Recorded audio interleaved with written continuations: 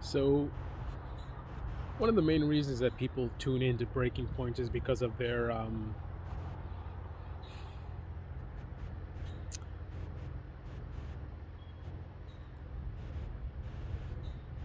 little bit more objective view on things, rather than just being like a right wing show, which is just promoting a right wing perspective, or a left wing show always promoting a left wing perspective. Um, just to give you let me illustrate rather than try to explain. Um, this is a show that will go hard after Trump on a regular basis when they deem it's necessary. Not just that once in a blue moon thing. If he does something crazy, they will call him out for it, and they'll be pretty aggressive. Um, they'll do the same thing for Biden, right? Which is not the common thing. Normally, you see again, there's a focus on going after one side over the other.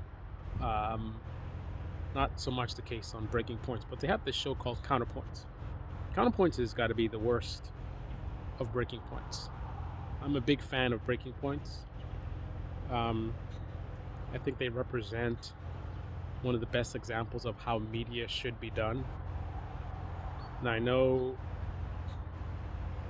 a lot of times we get focused on negative things, and there's certain people who are rubbed the wrong way about certain things about Breaking Points, and they can't see beyond that, so they can't see all the good of Breaking Points.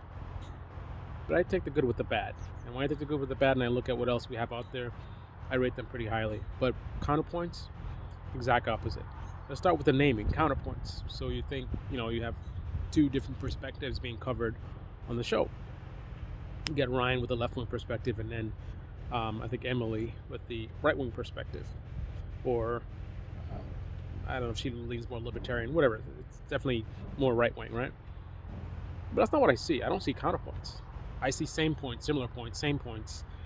Two friends chit-chatting about politics is what I see.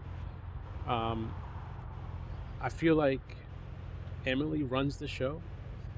Her point of view dominates, and you don't really get much pushback from Ryan. Now, there's some apologists who focus on, you shouldn't disagree on everything, and you can be civil, and nobody's saying anything about not being civil, and no one's saying anything about that they should always disagree. They could agree on some things, right, and disagree on others. However, the general expectation that you'll find to be very accurate is if you're watching Counterpoint, you can expect there generally to be generally agreement. Emily's going to say something which is going to lean right. It's going to whitewash anything that might make, not always, right, but generally speaking, something that makes the right look wrong or bad. If she can find a way to wiggle her way out of it to make it, downplay it, she's going to do that for sure. And then, if you're a, left-wing person, you're going to be hoping Ryan would sort of call her out or push back, give her counterpoint, but you don't see it. He gets his turn to talk, and he's just nodding and yeah, Dr. Fauci, this, yeah, and the thing about it is, right? I mean, it's a joke. I'm just calling it like it is. I think Emily is extremely problematic, and the fact that Ryan doesn't really offer her much pushback just makes it all the more worse, because if she had, let's say a perspective that might be challenging or problematic, shall we say, she's not really going to get a lot of pushback from Ryan, right? So it's like the Emily show, right? Ryan is just like a I don't know, a sidekick or a hype man for her, right? Ryan, in some ways, acts like a Joe Biden, whether in reality or by rhetoric. The cross the aisle Biden, right?